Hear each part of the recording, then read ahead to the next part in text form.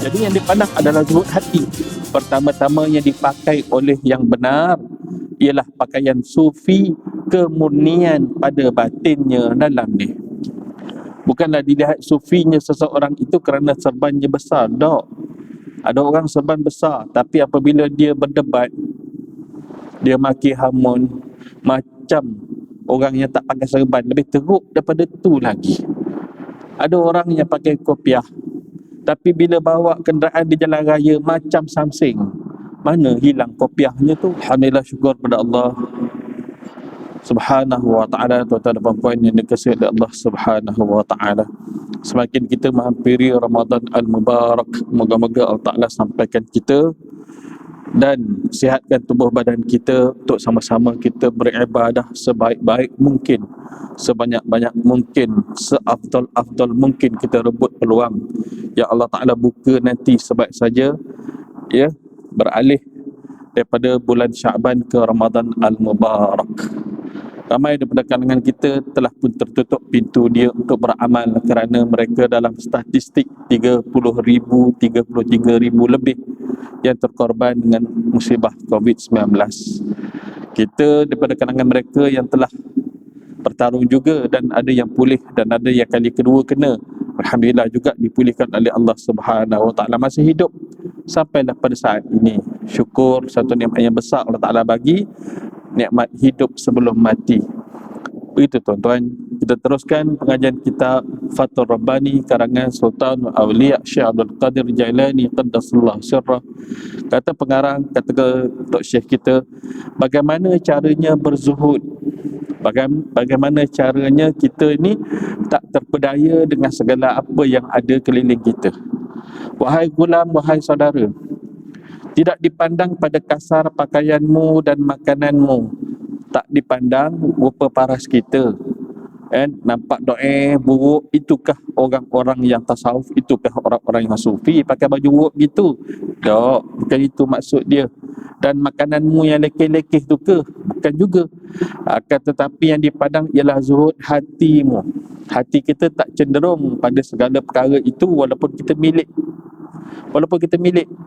kekayaan, kemewahan dan sebagainya. Orang Islam sebenarnya dituntut supaya jadi orang-orang yang hebat. Bila ada kemampuan, silakan, tetapi tidak menghina orang yang lemah. Situ dia. Dan kita tidak terpedaya dengan kemewahan yang kita ada menyebabkan kita jauh daripada Allah. Maka itulah zuhud. Gitu ya. Nabi SAW ada pakaian yang mahal. Nabi SAW juga ada kenderaan yang hebat, yang mahal nilainya. Unta merah, kuda perang yang hebat-hebat, nilainya jutaan sebenarnya. Begitu kan? Jadi begitulah, kita kena lihat supaya Islam ni dipandang hebat oleh orang-orang kafir. Tetapi hati kita tak terpedaya dengan kehebatan yang kita ada keliling kita, kerana semua itu pemberian Allah Subhanahu wa ta'ala. Baik, jadi yang dipandang adalah zuhud hati. Pertama-tama yang dipakai oleh yang benar ialah pakaian sufi, kemurnian pada batinnya dalam ni. Bukanlah dilihat sufinya seseorang itu kerana serbannya besar, tak. Ada orang serban besar, tapi apabila dia berdebat, dia maki hamun, macam orang yang tak pakai serban, lebih teruk daripada tu lagi. Ada orang yang pakai kopiah, tapi bila bawa kenderaan di jalan raya macam samsing. Mana hilang kopiahnya tu? Walhal sebenarnya, kan Tok Guru pesan, orang agama ni bila pakai kopiah, dia kontrol diri dia supaya jadi baik. Nak marah, aku ada ni, aku kontrol. Nak tengok perempuan jelita, aku ada pakai ni, aku kontrol. Tak masuk sudut-sudut yang tertentu dan sebagainya. Sebab apa? Pakai ni. Jadi dia pakai ni, orang hon maki hamun orang yang hon tu. Orang hon tu supaya selamat, gitu dan sebagainya. Nampak kan tuan-tuan hari ni macam-macam perangai. Kerana apa? Dia lupa, kan, benda tu bukan pada luaran tapi bermula daripada batin. Kemudian apabila batin ni dah elok, dah bersih daripada perangai-perangai, sangka diri tu baik daripada orang, sangka diri tu alim daripada orang, sangka diri tu hebat daripada orang, dah buang semua habis tu dah. Kemudian diterjemahkan dengan perkataan yang baik. Orang hon angkat tangan, sorry, minta maaf, memang aku tersalah tadi. kan. Orang hon, kenapa acik buang kat luar tu? Sepatutnya acik simpan dalam kereta tu, bubur dalam plastik, baru buang di tong sampah, bukan main campak keluar gitu saja. Ramai orang-orang ahli agama tengok berapa parahnya tu, ini orang masjid, orang surau, tapi buang sampah sembrono gitu saja. Ini bukan akhlak orang Islam. Dilihat oleh orang kafir, lah teruk dia perangai, dia kata macam tu kan. Maka mana dakwah kita? Bilhal, itulah dia kelemahan yang kita perlu perbaiki, tuan-tuan ya. Baik, kemudian barulah berpindah pada zahir. Bila hati kita dah jadi baik, elok tu diterjemahkan dengan kelakuan molek belaka, tersusun kemas dengan disiplin dirinya, baik di depan orang, baik di belakang orang sekalipun. Itulah dia, gitu ya. Jadi yang mula-mula dipakaikan adalah rahsianya batin. Itulah dia, pakaian batin tu perlu diperkemaskan, lalu diterjemahkan kepada luarannya, ya. Bukannya maksudnya luar tu kena buruk, dalam tu kena elok. Asal-asal dia begitu, kemudian diperelokkan keseluruhannya sekali, gitu ya. Kemudian hati, kemudian jiwa, kemudian barulah semua anggota badannya, sehingga semuanya merasakan kekasaran hidup, bersusah payah dia untuk membetulkan dirinya yang sebelum ni rosak, yang sebelum ni perasan diri, gitu ya. Ketika itu barulah akan datang perasaan belas kasihan pada orang lain yang selama ni keras hati kita. Rahmat, kurnia yang bakal mengubah jalan hidupnya dari segala yang pernah ditanggungnya dengan menanggalkan daripadanya pakaian yang hitam. Dulu pakaian kita hodoh tu dan sifatkan hitam tu. Sekarang nak dipakai dengan pakaian yang baik, sifat-sifat mahmudah. Dulu namanya banyak sifat mazmumah. Kalau dengan isteri bercakap meninggi saja, tak pernah berlembut. Pandang isteri tu macam orang yang hina dan sebagainya. Contohlah, kan? Bila marah aja mendengking, bila marah aja lempar pinggan mangkuk dan sebagainya. Stres, isteri tu balik rumah stres, tuan-tuan. Anda cerita ni cerita benar, cerita orang mengadu, tuan-tuan ya. Kita tolong jodohkan, tak sangka lah rupanya bila jadi dua orang tu, dia kata, Ustaz, memang saya dapat orang yang senang, kenderaannya hebat, rumahnya banglo besar, 2-3 kenderaannya, tetapi Ustaz, barangnya melampau-lampau. Hari-hari saya balik ke rumah, terasa macam masuk dalam penjara, terasa macam masuk dalam penjara, nak kena kutuk, nak kena maki tiap-tiap hari. Apa salah saya Ustaz? Kata. Saya tanya balik, masa hajat nak kahwin hari tu, nak yang macam mana? Nak yang senang, dia kata. Awak salah. Sepatutnya awak minta bukan sahaja senang, tetapi yang menyenangkan hati. Itulah, tuan-tuan, kita minta dengan Allah, biar betul minta tu, ya. Dalam hidup kita nak senang tak? Ramai yang nak senang, tapi yang lebih penting daripada senang adalah tenang. Hati kita lapang, bahagia. Tenang itulah bahagia. Bukan kaya itu bahagia. Kaya itu salah satu kelebihan. Jika ada, alhamdulillah. Tapi kalau tak ada tetapi mencukupi, bahagia dah. Gitu ya. Ramai orang macam tu tuan-tuan hari ni ya. Sian tengok, kan? Itulah. Baik, seterusnya, lalu memindahkannya kepada pakaian kegembiraan. Dulunya habis rosak, kecewa sebab ditimpa dengan kejahatan diri, satu demi satu, jahil satu, jahat satu. Kemudian dipakaikan pakaian kegembiraan tu apa benda? Yang nikmat, bencana. Dulunya bencana bertukar menjadi nikmat. Tuan-tuan, apa maksud dia ni? Di dalam nikmat ada bala, di dalam bala ada nikmat. Itu maksud dia. Macam mana tu? Macam ni tuan-tuan.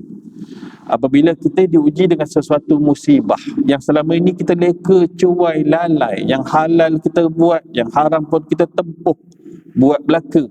Tiba-tiba Allah Ta'ala uji dengan sakit. Sakit tu kan musibah, kan? Kena mild stroke umpama contoh, atau kena kanser umpama contoh, stage 2 lah katakan. Dulu kita nak semayang ni acuh tak acuh, time aku rajin aku buat, time aku malas aku tinggal, time ada ramainya orang aku semayang lah kat office. kan, kawan-kawan office semua ramai cuti work from home. Apa aku nak semayang, tak ada orang tahu pun, maka aku tak semayang lah. Tiba-tiba saat dia uji sakit, kan, tahu kata ya Allah paralyzed, kemungkinan ini ada isyarat bahawa tak lama lagi paralyzed terus, bukan lagi separuh lumpuh, boleh jadi terus lumpuh. Apakah aku masih ingin lalai lagi, tak ingat pada Allah? Lazimnya, ghalibnya, kebanyakannya orang yang bila diuji macam ni, dia sebut apa di bibir, di lidahnya? Allah, Allah, Allah. Minta maaf dengan Allah, minta ampun dengan Allah. Ramai tuan-tuan yang nak jumpa, kan, dulunya kalau bercakap meninggi je dengan kita.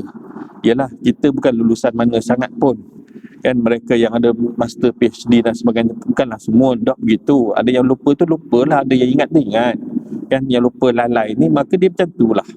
Akhir sekali diuji, kan, dengan kanser. Berubah tuan-tuan, berubah. Cakap lembut, dulu meninggi, kan. Dulu tak reti nak hormat orang, nak orang hormat dia, dia hormat orang memang sorry lah. Kecuali yang ada kepentingan dengan dia, ya, dia akan hormat. Selepas diuji begitu, baru tahu tingginya langit, rendahnya bumi, baru tahu tinggi rendah. Kuasa manusia itu kuasa yang hebat, kuasa Allah. Taubat, berubah. Inilah yang dikendaki. Maksud dia apa?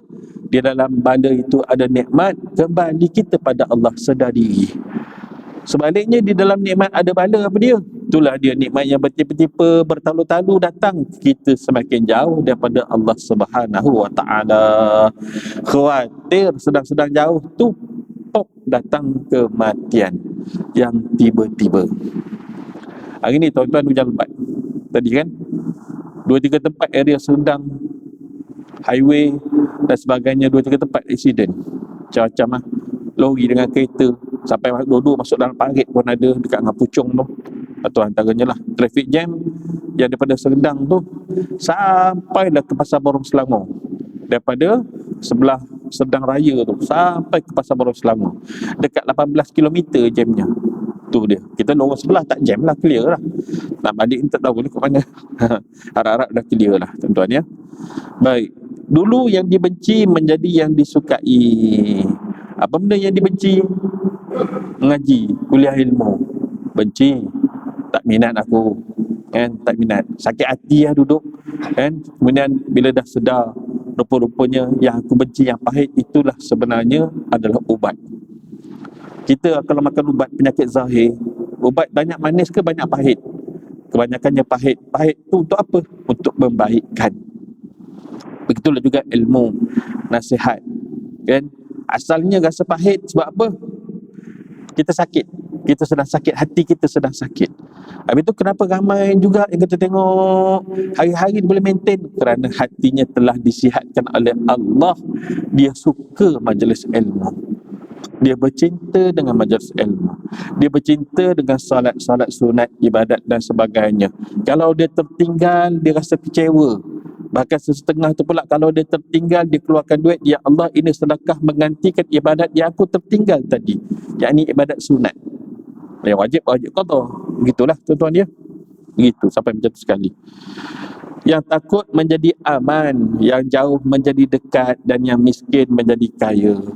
Dulu rasa tak cukup-cukup dengan nikmat yang Allah Ta'ala bagi. Pangkat naik dah, kereta dah semakin besar, rumah dah bertambah, tanah bertambah-tambah, beli lagi, tak juga cukup. Tiba-tiba saat dah tersedar, Allah Ta'ala sedarkan, rupa-rupanya ya Allah, banyaknya nikmat kau bagi, selama ni aku rasa tak cukup-cukup. Tiba-tiba saat kita dah rasa cukup, namanya qanaah. Kita bukan mencita-citakan apa yang kita belum ada, tetapi kita menilik apa yang telah aku dapat selama ni, yang mana orang lain tak dapat apa yang kita dapat. Itulah namanya qanaah. Baru dia rasa cukup, ya Allah, cukup dah sebenarnya, gitu kan. Orang yang tak merasa cukup-cukup ni lah, maka dia ambil rasuah, maka dia gila kuasa dan sebagainya, kan. Patut dah pencen dah, terjebak lagi dengan dunia politik dan sebagainya. Contoh, dan duk naik lagi, ya Allah ya Rabbi, kan. Kalau yang disukai orang tak apa lah. Kalau yang dibenci orang tu takut, takut dibenci orang, dibenci oleh Allah Ta'ala, masing-masing fikirlah. kullukum ra'in wa kullukum mas'ulun 'an ra'iyati. Setiap orang itu adalah pemimpin dan setiap pemimpin akan ditanya tentang kepimpinan dia. Betul ke ni untuk memimpin, atau betul ke sebenarnya ada kelingking-kelingking yang berkait dan sebagainya? Awaslah, semuanya akan ditanya dan dijawab. Penjelasan pada perkara tadi, bagaimana caranya berzuhud. Orang yang menunjukkan dirinya kepada Allah Ta'ala bukan dengan mempamerkan keadaan hidup yang serba kasar, dhaif, buruk, kaitan, kan, macam dah tak boleh nak start dah, bukan gitu maksudnya. Tapi kalau dia dah memang tak mampu tu lain cerita. Sebab para wali Allah, tuan-tuan, dia macam-macam kategori, kan. Ada yang kehidupan dia susah, ya, tak dinafikan. Ada kehidupan dia mewah, ya, pintu gerbang nak masuk ke pintu rumah tu 7 pintu gerbang kena lalu, tuan-tuan. Ada yang sampai macam tu. Orang ni nak menuntut ilmu dengan dia, tiba-tiba dia masuk diiring oleh pengawal, masuk ke satu pintu gerbang ni, tamannya ni ada kolam airnya, ada ikan dan sebagainya, sampai ke muka depan. Dia berkata, ini wajah orang sufi, dia kata. Orang yang nak belajar tadi tu, maknanya dia menyangka buruk kepada wali Allah tu. Tak tahu kata orang tu wali Allah, memang harta dia banyak, tetapi tak menakluk hati dia. Tu ada yang macam tu. Dia cakap dia tu je bisu terus, hinggalah dimaafkan dan redha oleh si fulan tadi, barulah dia dapat bertutur, baliklah kau, baliklah, kau tak layak untuk belajar dengan aku. Macam tu, ya. Ada juga yang dhaif dan sebagainya. Adanya pekerjaannya yang biasa-biasa sahaja, pakaiannya yang sederhana. Contohnya guru kepada Imam Al-Ghazali rahmatan alaih, namanya Abu Ali Farmadi, Syekh Abu Ali Farmadi qaddasallahu sirrah. Pekerjaan dia apa? Tukang kasut. Apakah kalau kita tengok tukang kasut pakaiannya, wah, dah biasa-biasa sajalah, kan, biasa-biasa lusuh begitulah. Tapi rupa-rupanya dia ahlillah, kan, orang yang arif billah, wali Allah, wali yang besar-besar, wali yang hebat-hebat, gitu, tuan-tuan, ya. Jadi untuk kita ni, level kita ni macam mana? Usaha betul-betul zahirkan nikmat itu, tetapi jangan tenggelam dengan nikmat yang ada hingga meninggalkan yang fardu, hingga meninggalkan yang sunat, hingga melakukan yang haram dan yang syubhat. Jangan. Jadi dapat kontrol tu, itulah dia zuhud, gitu dia. Baik, tetapi dengan membetulkan batin dan hatinya, dan apabila dia sudah berada di dalam benteng Allah, dia akan mengenal hakikat hidup itu apa. Maknanya bila dah diduduk dalam jagaan Allah, namanya antara lain dipanggil jazbah, tarikan oleh Allah Subhanahu wa ta'ala. Kita nak dapat benda ni, tuan-tuan, semua orang boleh usaha. Macam mana tu? Jaga diri jangan jatuh dalam dosa-dosa besar. Pertama, lakukan hal yang fardu paling baik, buat afdal. Kalau solat berjamaah, kalau sedekah tak saat terasa rumit nak bagi sedekah, masa itulah kita sedekah juga, kan. Malam saat orang sedang tidur lena, kita bangkit bangun malam, mendirikan malam, kan. Ibadat-ibadat sunat dirasakan seolah-olah wajib. Ibadat yang wajib apatah lagi, gitulah, kan. Yang makruh dirasakan seumpama haram. Bila kita dapat kontrol diri kita, kita pandukan diri kita macam ni, dan melakukan amalan sunat hingga Allah Ta'ala kasih pada kita, maka pendengaran itulah pendengaran Allah, penglihatan itulah penglihatan Allah, melangkah kaki itulah melangkahnya Allah. Maksudnya apa? Maksudnya adalah semuanya dipandukan, diaturkan oleh Allah baik-baik saja. Gitu dia. Kita nak tengok ni, Allah Ta'ala jaga, kita tengok yang elok-elok. Kita nak dengar apa-apa ni, Allah Ta'ala jaga, dengar yang elok-elok. Itulah dia. Dia namanya orang yang dah dibentengkan oleh Allah Subhanahu wa ta'ala. Mudah-mudahan kita dapat itu, tuan-tuan. Allah menja'alna minal muradin. Baik. Dan dia tentu berbanding dengan apa yang dirasakan dari kehidupan lahir yang serba-serbinya. Banyak pembohongan selama ini, kan. Banyak yang melalaikan kita. Wahai gulam, kata pengarang kitab kita, terimalah kurniaan yang dibahagikan kepadamu itu dengan tangan zuhud. Terimalah dengan rasa syukur. Nikmat yang kita ada selama ni banyak, tuan-tuan, ya. Daripada kita lahir, daripada perut mak, disusukan oleh mak. Ayah pula berusaha, kalau namanya kerja dulu, naik basikal hantar surat kerja pos Malaysia dulu, naik basikal kan, punyalah berat basikal dia tuan-tuan, warna merah tu kan, berpanas, berhujan dan sebagainya. Nikmat ayah bersusah payah, mak menjaga di rumah dan sebagainya. Allah Ta'ala hantar dua orang tu menjaga kita, sekolahkan kita, besarkan kita, sampailah kita ke kolej, ke universiti dan sebagainya, menjawat jawatan yang tertentu, nikmat. Kemudian kita pula dapat bekerja, nikmat lagi. Dapat pula berkahwin, nikmat lagi. Dapat anak pula, nikmat lagi. Lepas beberapa tahun naik pula pangkat demi pangkat demi pangkat, nikmatnya banyak. Tetapi bagaimana ilmu kita, masihkah ditakut yang lama? Bagaimana amalan kita, masihkah ditakut yang lama lagi? Bagaimana solat kita, masihkah merayau-rayau sama macam saat kita remaja dulu, atau saat kita kanak-kanak dulu merayau fikiran kita saat solat, sampailah juga pada usia sekarang? Khawatir takut kita tak dipandang Allah, atau kita menyangkakan kita dekat, sebenarnya kita semakin jauh. Yang tu kita khawatir tu. Situ dah. Baik. Bukan dengan tangan keinginan, bukannya dengan syahwat. Allah Ta'ala bagi kelebihan rezeki macam-macam. Nikmat hidup, nikmat senang lenang, nikmat rezeki yang melimpah ruah dan sebagainya. Tangan yang zuhud menerimanya dengan syukur, lalu digunakan pada tempat yang berfaedah, tempat yang mendatangkan pahala baginya. Itu dia kan. Semalam kami buat event penghargaan kepada pewakaf-pewakaf bagi pembinaan Masjid Bandar Tasik Kusuma. Ni malam ni pukul 8 ni, baru sajalah tadi kot, ataupun kejap-kejap lagi kot di Buletin TV3 akan kumandang lah, akan keluar lah sidang media semalam. Berapa keperluan lagi? 4 juta untuk membina Masjid Bandar Tasik Kusuma kompleks, siap untuk dengan keluasan 3 ekar yang diperlukan. Semalam dalam event tu, penyumbang terbesar kami saudara Hafiz Hiu bin Abdullah. Dia kata yang dia bagi selama ni kepada lebih 50 masjid, satu masjid 1 juta, dia dah bagi semua masjid lebih kurang 50, dah 50 juta. Itu sebenarnya sangat kecil berbanding hidayah yang Allah Ta'ala bagi pada saya memeluk Islam 13 tahun yang lalu. Itu yang paling mahal, dia kata. Oh, sebenarnya tuan-tuan, dia sedang mentarbiah. Ada seorang yang duduk dalam meja VIP itu adalah Mr. Lim.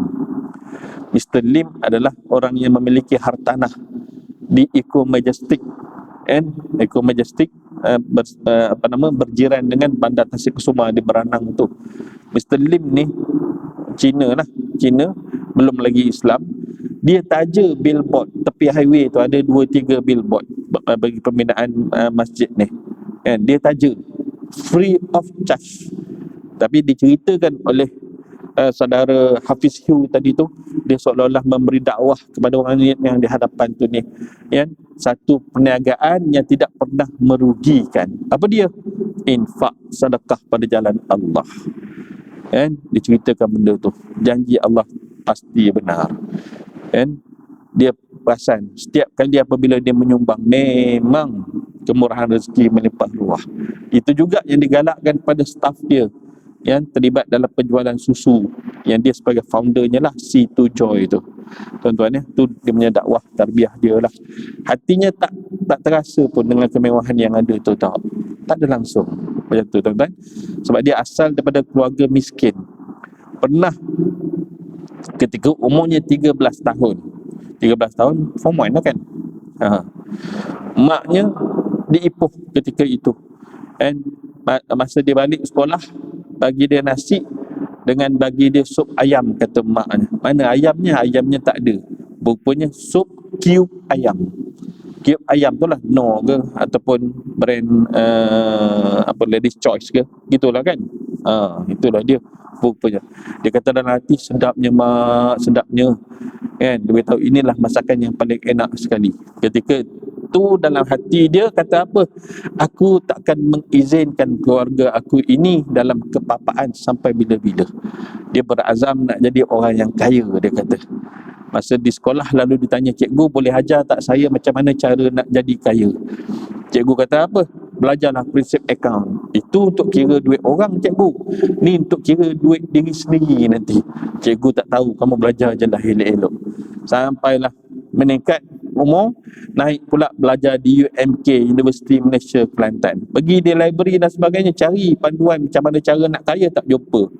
Last sekali buka kitab tafsir, buka terjemahan Al-Quranul Karim, tengok hari dia jumpa kan surah-surah yang ada yang menceritakan tentang perniagaan dengan Allah yang tidak pernah merugikan. Dengan apa? Bersedekah. Hinggalah sampai satu hari ketika dia telah pun memeluk Islam, dia hanya tinggal 2 keping RM5 itu sahaja untuk hari ini, tidak ada lagi duit untuk hari esok.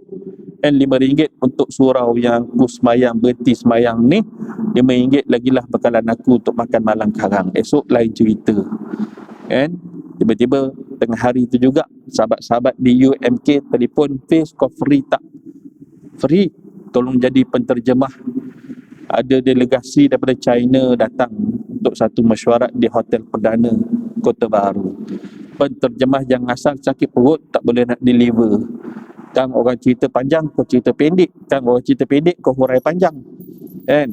Jadi lebih baik dapatkan orang lain lah, gantikan tempat tu. Kena cek berit orang yang asal. Datanglah dia, tengok-tengok, ni majlis besar ni, delegasi daripada China nak melabur di bumi Kelantan ketika itu. Lalu ditemui oleh almarhum Tuan Guru ketika itu.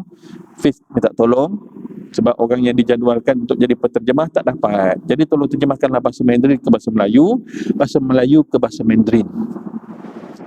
Jatuhlah, boleh insya-Allah Tuan Guru. Dia pun deliver. Kemudian sampailah ke petang tu, selesailah majlis, minum petang, duduk semeja dengan Menteri Besar. Menteri Besar pun bagilah satu sampul sebagai sagu hati, terima kasih sebab jadi penterjemah tadi tu, dan tinggalkan nombor telefon, bila-bila free singgah-singgahlah ke rumah nak kenal mengenal dan sebagainya. Selesai daripada tu, Hafiz pun balik, tak teringat sampul tu. Dia teringat benda yang besar tadi tu, khawatir takut dia deliver salah dan sebagainya. Bila dah dekat nak makan malam tu, teringat tinggal RM5, barulah teringat, ya Allah, ada sampul tadi. Tuan Guru bagi. Tuan-tuan, dalam Islam ramai maklum, kalau kita memberi 1, Allah Ta'ala membalas 10. Maknanya kalau kita memberi RM5, Allah Ta'ala membalas RM50, gitu kan? Tetapi rupa-rupanya orang yang tak berkira. Kita bayangkanlah kalau diri kita RM5, aku hanya tinggal RM10 je. Esok-esok lusa lah, ya Allah, kalau aku nak bersedekah pun mungkin macam tu. Tapi dia tak, saat terasa struggle tu lah, memang pahit ni aku nak bagi, aku tetap bagi. Maknanya dia tak berkira hak dia. Kan? Lalu begitulah buat Allah. Allah Ta'ala ganti balik dengan RM5,000. RM5,000. Modalnya RM5, berniaga dengan Allah, dengan infak sedekahnya itu, Allah Ta'ala ganti dengan RM5,000. Sekarang rupa-rupanya dia adalah jutawan. Itulah founder NC2 Joy. Itu dia rupa-rupanya. Apakah mereka ini orang-orang yang tenggelam dengan kemewahannya? Dah, biasa je. Nampak dia punya humble tu, tuan-tuan ya. Jarang macam tu pada masyarakat Cina. Jarang macam tu ya.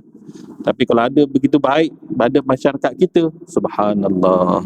Baik.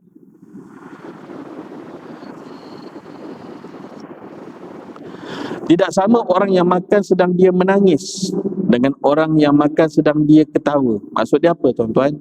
Tak sama orang yang dah lama tak dapat nasi, tiba-tiba dia dapat nasi, dia punya happy, dia punya seronok sampai dia menangis. Orang dia ada 2 signal. Terlalu sedih dia menangis, terlalu gembira pun dia menangis. Dia ada 2 keadaan ya.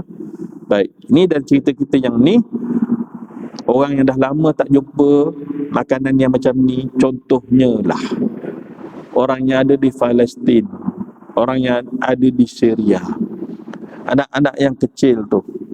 Tiba-tiba dia berjalan, tentera pembebasan lalu bertanya pada dia, apa yang sedang kamu cari wahai budak? Aku sedang mencari daun-daun, rumput-rumput dan kotak.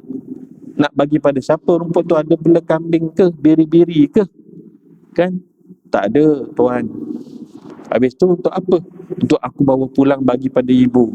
Kerana itulah makanan untuk kami makan. Kami rebus rumput tu untuk kami makan. Allahu Akbar. Tiba-tiba katakanlah orang datang bagi dia roti, orang datang bagi dia hirisan daging. Seronok tak? Seronok ah. Macam itulah orang yang seronok kerana habuan daripada Allah, berbanding orang yang seronok kerana nafsu dia, kemewahan yang ada menenggelamkan diri dia, lupa pada pemberi rezeki. Itu dia kan? Nampak tak? Baik. Makan bahagian rezekimu itu sedang hatimu sentiasa dengan Tuhanmu Azza wa Jalla. Kelak engkau akan terselamat dari bahayanya. Hari-hari kita perhati. Ya Allah, banyak sangat rezeki yang kau bagi. Dan kita mampu pula untuk makan lagi sihat. Kalau kita nanti dah sakit, banyak benda yang kita tolak. Itu pantang ini, pantang dan sebagainya. Makan yang ni terlebih darah tinggi. Makan yang ni terlebih sikit macam-macam lagi lah. Penyakit-penyakit yang lain, gout dan sebagainya. Mulalah kan. Baik. Sebab jika engkau makan dari tangan tabib, itu adalah lebih baik dari engkau makan sendirian. Maksud dia apa? Kalau ada orang yang menjaga kita, katakanlah seorang doktor ataupun pakar dietitian, ahli pemakanan, kan? Orang Mardi pun ada, macam tu kan? Encik dalam kategori ni, encik punya makanan ni, saya jaga pantau makanan ni, insya-Allah encik sihat. Begitulah keadaan dia bila kita dengan Allah berhubungan. Allah Ta'ala pantau kita untuk kita sihat zahir dan sihat batin. Macam tu lah. Umpamakan dengan tabib, kita sentiasa ada orang yang membantu duduk dengan kita. Dia pakar, memang kita yakin dengan dia, kita serah dengan dia, kita ikut je lah dia. Maka selamatlah kita. Itulah dia, maksud dia. Adalah lebih baik dari engkau makan sendirian tak tahu apa, sedang engkau tiada mengetahui dari mana asal rezekimu itu. Lebih-lebih lagi lah, bukan saja makanan tu sedap, tapi makanan tu mana datang rezekinya tu, halal ke, haram ke, syubhat ke. Bila Allah Ta'ala yang jaga, rupanya selamat habis. Situ lah. Alangkah kerasnya hati kamu, amanat sudah lenyap daripada kamu. Benda tu berlaku sekarang kan. Amanah, nilai amanah semakin hilang. Ada orang mengadu, suaminya ustaz, bercakap hebat, tetapi isterinya tu mengadu bahawa suaminya adalah kaki pukul. Allah Akbar. Lebih malang lagi tuan-tuan, saya memang marah betul dalam kes ni. Dia beristeri yang kedua. Dia suruh isteri yang pertama tengok aksi dia bersama isteri yang kedua di atas katil. Apa punya setan ni? Tuan-tuan ya. Jadi pengarang kitab kita ni mengajar kita jangan jadi munafik hakiki. Bercakap untuk orang pandai tapi untuk diri sendiri mengalahkan iblis. Itu dia. Ya. Tegas ayat ni tuan-tuan. Orang ni kalau pada public dialah seolah-olah macam juara rakyat. Tapi pada sisi isteri dia, inilah seburuk-buruk makhluk. Situ rupanya kan. Nabi SAW pernah pesan, khairukum li ahli wa ana khairukum li ahli. Sebaik-baik kamu adalah orang yang berlaku baik kepada ahlinya. Dan kata Nabi SAW, akulah yang paling baik dalam hal itu. Itu dia kan. Contohi akhlak Rasulullah SAW. Bukan saja kita cakap, tapi kita buat. Dalam ni diceritakan, cek untuk diri kita, apakah kita terjebak jadi orang yang munafik. Suruh orang buat, kita tak buat. Larang orang buat, kita yang buat. Itulah dia munafik hakiki namanya. Allahu Akbar. Tuan-tuan, cerita tentang benda-benda atas dunia ni yang membawa kepada akhirat, Allah Ta'ala tunjuk tuan-tuan. Bagi kami orang-orang yang menguruskan jenazah, pelik-pelik Allah Ta'ala tunjuk. Ada yang jenazah belum sampai, tapi baunya dah sampai dulu. Jenazah seorang perempuan, belum lagi sampai ke bahagian forensik. Kerap kali dia keluar bersama lelaki-lelaki lain, sedangkan dia ada seorang suami. Saat pada hari kematian dia tu, sahabat kami menguruskan jenazah di bahagian forensik, tiba-tiba terbau bauan yang sangat busuk. Lalu ditanya apakah adanya mayat yang reput hari ini. Kat sini tak ada ustaz. Kenapa saya bau kuat sangat ni? Gini ustaz, ada mayat on the way, nanti sampailah sejam dua lagi kot.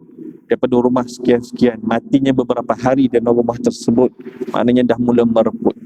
Dan lalu dia kata, mayat siapa? Sekian-sekian. Aku kenal orang ni siapa, aku kenal orang ni, dan aku tengok banyak kali dia keluar dengan lelaki lain.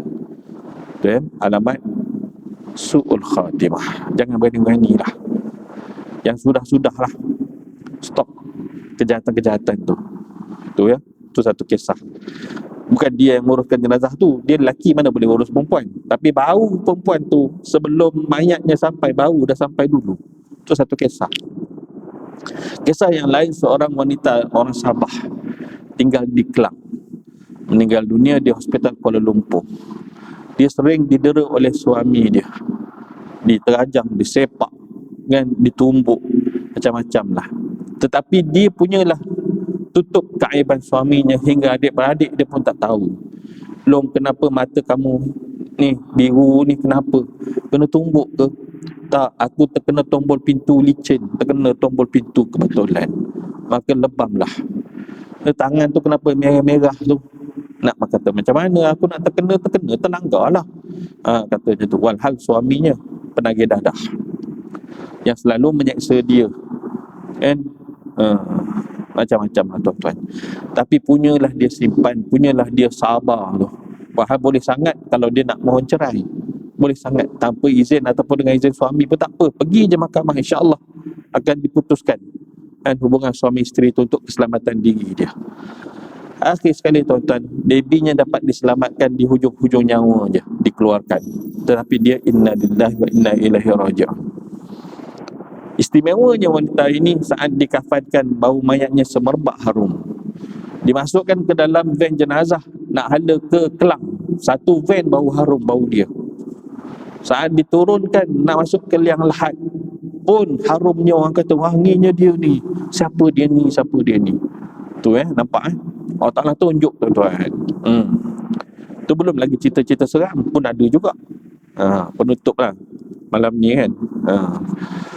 Hantar satu mayat daripada hospital Kuala Lumpur.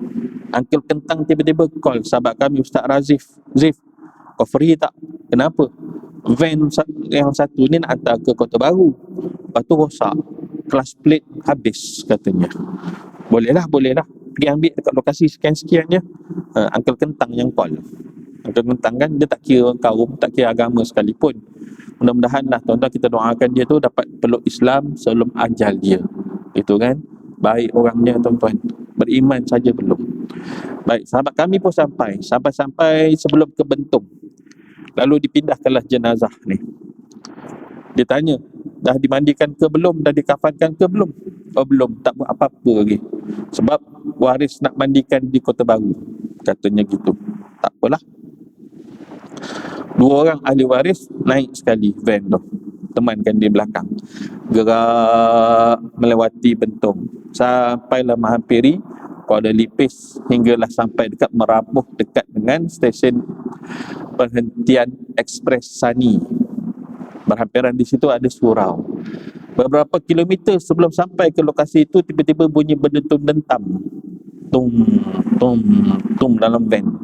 Orang ketuk van ke, orang ketuk atas van ke, orang ketuk dalam keranda. Rupa-rupanya ada orang mengetuk di dalam keranda. Allahu Akbar. Ini sudah masuk cerita Tok Adi ke apa? Tuan-tuan ya, saya tak tengok cerita Tok Adi tu. Tak tengok rupanya ada ketukan daripada dalam keranda. Yang meneman di belakang tu tengok aku, tengok kau tengok aku. Yang driver ni kata baca-bacalah ayat kursi, buka handphone tu bacalah Al-Baqarah kan. Jalan juga, bunyi juga berdentum-berdentam tu, sabar je lah. Sampai dekat dengan surau tu, buka pintu van, melompat keluar 2 orang tu, pucat lesi muka kan, pucat lesi. Kemudian Ustaz Razif pun ke belakang, buka pintu van tu, belakang bonet tu, buka-buka, ada makhluk lain di atas keranda rupanya. Makhluk lain, lembaga hitam, jin lah.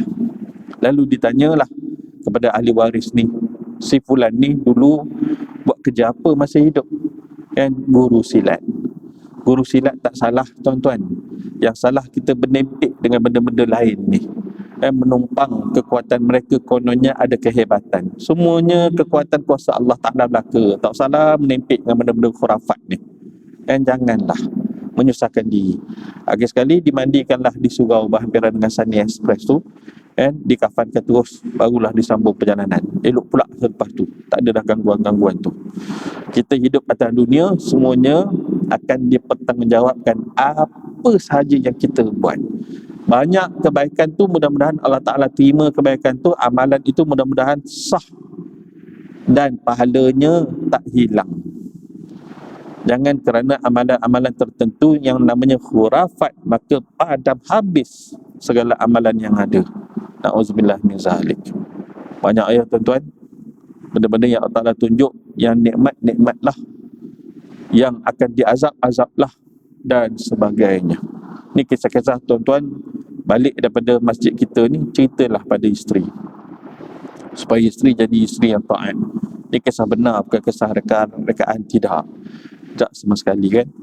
Gitulah, mudah-mudahan kita dapat pengajaran daripada sedikit sebanyak karangan kitab Sultan Aulia kita ni, Fathur Rabbani, yang dikarang oleh Sayyidi Syekh Abdul Qadir Jalaini Qaddasallahu Sirrah. Akan datang kita akan bicara tentang jagalah semua nikmat-nikmat Allah dengan mensyukurinya. Bagaimana cara mensyukurinya?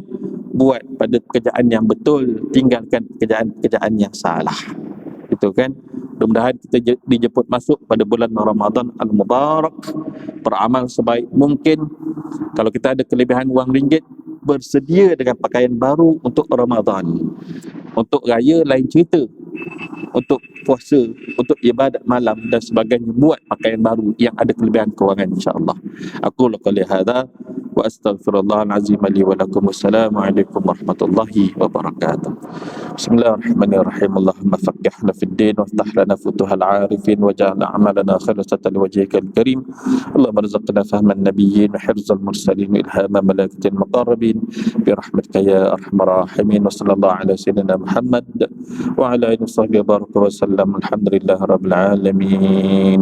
Taqabbalallahu minna wa minkum.